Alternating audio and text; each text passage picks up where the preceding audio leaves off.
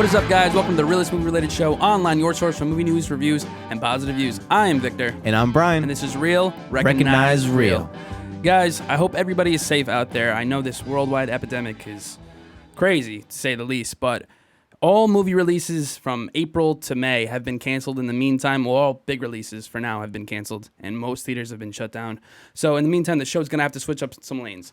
We're going to touch on any movie that we haven't touched previously, that we reviewed before Sonic, anything that's coming out on digital earlier this week and next week, and anything released on streaming. We're going to try to tackle as much content as we can for you guys, but more importantly, stay at home, stay safe, and we'll get into the review. We're doing Birds of Prey. After breaking up with the Joker and no longer being under his protection, the wanted Harley Quinn sets out to find a stolen diamond for the evil crime lord Black Mask in exchange for her safety. Directed by Kathy Ann and written by Christina Hodson, starring Journey Smollett, Rosie Perez, and Mary Elizabeth Winstead, and Margot Robbie. All right, Brian. They can't talk shit about DC no more. They can't do this. They just can't. Dude, this is Aquaman. Yep. This is Shazam. Wonder Joker, Woman? which was a goddamn home run, if anything. Wonder Woman 2? Wonder Woman 2, we'll pretend like Justice League never happened. Yeah. And not that we hate that movie or anything, but... Just forget and now, and now we got Birds of Prey. Yeah.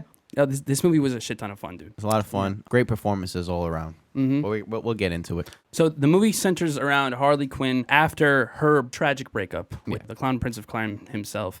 And she is no longer under his protection in Gotham. And now anybody who has a grievance with this woman is after her. And now they're trying to lock her ass up, kill her, do whatever they can. And she is on the run. She is trying to get the help of Black Mask. And she is searching for this diamond, which is stolen by a pickpocket named Cassandra Cain. Pretty much the whole overall theme of this movie centers around people not believing in her, doubting her. Throughout the film, everyone keeps telling her, like, you know, you're nothing without Mr. J, or just without whatever that character is that they're mentioning to her. Basically, she can't handle herself alone. Another theme of the movie is just, you know, womanhood and what this movie represents, not just by having a whole bunch of female leads, but by not needing a man's approval or a man's help to succeed.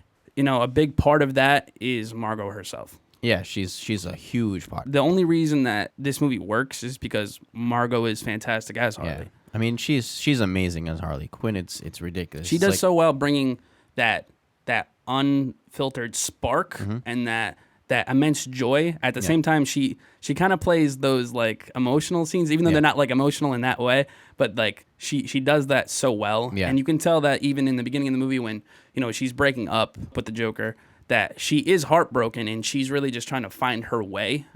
And the thing about her performance is that it's just not all about the jokes, even though she does that. Her comedic timing is pitch perfect. It's not just about the physicality, which she's also very good at, but she sells this misunderstood character who makes bad decisions, but at the core is not the villain that we really think she is. Yeah, she does a good job of portraying the fact that she is a bad person, but she also means well in a way. Another thing too is that she does so much with this little scene that involves an egg sandwich. Oh my god! And it's so funny. It's so hilarious. So funny. And it's so over the top too. Yeah, and it's such a great part of the movie. Yeah, and it really is. Yeah. That it happens really early on. I think that really sets a vibe. Oh, this is the movie that you're in for. And I think another thing that captures that very well is the villain of this movie. Yes. Played brilliantly. My God, Ewan McGregor, you are fantastic, my friend. He is so good in this movie. Yeah. He's flamboyant. He's over the top without being too much. Yeah. He is the epitome of like being like devilishly delicious, but like you're such a dick at the same time. Yeah, I don't know what what drugs he took or whatever. I don't know what he did, but he found it. He found it. Yo, Ewan McGregor did a line of coke before he played Black Mask. And he really nailed this part right here. Oh my God. I can't picture anyone else playing it. Oh, absolutely. I didn't know that he could do this. Like I'm so happy that he did, because like we're so used to seeing Ewan as, you know, Obi-Wan or playing these very gentle father figure type characters. So to see him have like a lot of fun in a role like this is just like, yes. Yeah. Yes, Ewan McGregor, you're a great actor. Keep doing things like this. And not only that, his character is very fitting for the times right now. Oh my God. With the coronavirus going on, His character is very like germophobic and it's hilarious too, though. and he's always wearing gloves. The more impressive part of him in the role is that he can change personality on a dime. He kind of has a personality disorder because he'll go with that being this flamboyant party boy, having fun, and a second later, he's ready to literally just slit your throat. And, there's a scene in the movie where somebody dances in a club, and he gets very upset. Yeah. And it might be my favorite scene in the movie. That's also the turning point of the movie. In the club that you're talking about, he has a singer that works there, and she is Black Canary. She's actually a very important part of this movie.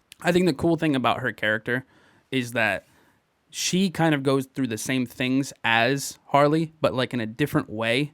I mean, she's tied very much to the past of her mother and like her relationship to the GCPD, the Gotham City Police Department, and she is now dependent upon Black Mask Roman Sionis to make a living, to basically like keep her going in life. And it's very similar to what Harley goes through with the Joker. And she doesn't realize that she's chained to somebody. She's dependent on somebody. Yeah. And then Harley mentions it to her. And that scene where she ends up saying Harley Quinn's role is to serve an audience, a master. A Harley Quinn's nothing without a master. And no one gives two fucks who we are beyond that. That right there is pretty much the whole theme of the movie. Yeah, and it's cool because she doesn't realize that she is in the same boat as her, because she kind of looks down on Harley when she first sees her, and then they kind of develop a nice little camaraderie like after. And then for the rest of the cast, we have Huntress, and then we have Renee Montoya, which is the detective on the case, that's trying to bring down Black Mask.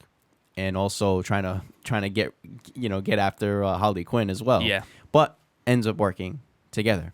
Yeah, by the end of the movie, everybody ties in. I mean, from the title of the movie, you can see it. It's called Birds of Prey. So by the end of the movie, everybody is essentially working together. Yep. But I wish that they would have had that a little bit earlier, because it's like the movie's called Birds of Prey. So I wish we had more of that by the time we got to it. It was really cool to see, but like I wish it came a little earlier, because that was so much fun. But that's the thing, though. This whole movie is told by the words of Margot Robbie. Yeah. Basically by the brain of Harley Quinn. So it's going to be scattered. You know what I mean? So the whole story, I think that adds to it. I think that's kind of cool. It's supposed to be about Birds of Prey.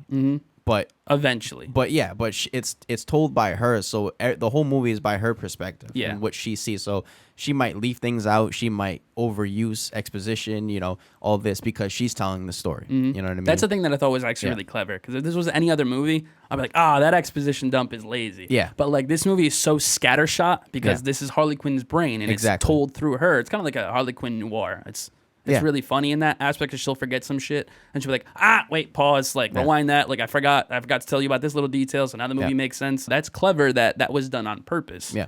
That adds a layer to the story that in an aspect kind of feels like a familiar cop drama of the past, but they put this nice little spin on it. But they make that on purpose for Renee's character. Yeah. And like that's an ongoing joke in the movie as well. Yeah. And also with Huntress, she's like a very badass. Self-aware. She's a badass in this movie, but she also has that awkwardness, a very fucked up past where you end up finding out about unless you already know her character to begin with. Yeah. But a lot of messed up individuals in this movie. Yeah. Now that I think about it. Yeah, definitely. But they're all great in this film. Yeah. I think they all bring one thing for certain, that is the physicality needed, because these action scenes are what you pay for. It's on point. Bloodshot, take some notes, because this is how you make action. These scenes are fantastic. They ended up bringing in Chad Stahelski from the John Wick trilogy. Excellent choice. And he beefed up this movie so well with these action scenes. It's ridiculous. There's tracking shots. There's even a sequence of her on rollerblades. The scene, which probably is my favorite, is the baseball bat scene. Yeah. And the certain drug is involved. Yeah. It's very creative. Yeah. They use slow-mo in a very appropriate way when it's needed. It's not overbearing. It's very well done, and it's very captivating. Super well edited. Yeah. Gotta give them a shout out for that. Yeah, and we can keep talking on and on about this movie, but all good movies got some issues. So what's your issue? Why I gotta go first with the issue? I gotta be the naysayer. Yep. Chris Messina, I'm so sorry, but your Victor Saz did not work for me at all. I thought he was so over the top. He's doing things meowing. He's making these weird sounds, and I'm just like, it's just a little too much for my taste personally. Some people might really like it, but it's more upsetting because I know that Chris Messina is such an underrated actor, and that we got such like a meh performance out of him for Victor Zsasz on top of that. It didn't sit with me well. And considering that this Victor Zsasz and the Zsasz from the books aren't really the same, but like that's more like a comic book issue. Yeah, it was really not much that bothered me. I mean, like even like Zaz's character didn't really bother me because he wasn't really in the movie that much to annoy me. Did you have any issues with like the familiarity of the story? Like the whole like trying to find a jewel and like there's a kid to protect aspect. It's very familiar. I really didn't. The reason why I don't really have that much issues is because the whole movie feels like Harley Quinn, and the whole movie's told by her words, and that's what it is. I just wanted to see Margot Robbie just kill it as Harley Quinn, and that's exactly what I got. I mean, other than that, there's not a whole lot I don't like about the movie. Like I said, the story's a little familiar at times. I wish they would have delved deeper with some of the themes. Yeah. Especially from like being shackled to somebody, leaning on somebody too much. I wish they kind of went a little deeper with that, and maybe got like a little bit of more of an emotional punch from it, because that's where I live. But I digress. It's a dope, fun movie. I don't really have much words to say about it. Give it a score. Great. Score, I would probably do 8.3. 8.3? I am 7.8. 7.8. Not a home run, I don't think, like the Joker or Shazam was, but a nice base hit from DC. Yeah. It's much appreciated. Keep going. And guys, that's all we got for today. That's it. So don't forget to like, subscribe, and share. And also, we're going to be doing this for a couple months now. We don't really know what we're going to review other than the digital releases. So if you guys have like a classic or a favorite that you want us to do, just drop it in the comments. Just drop it in the comments. We probably will review it if that's the case. And guys, that's all the time we have for today. So don't forget to keep it real. And wash your hands.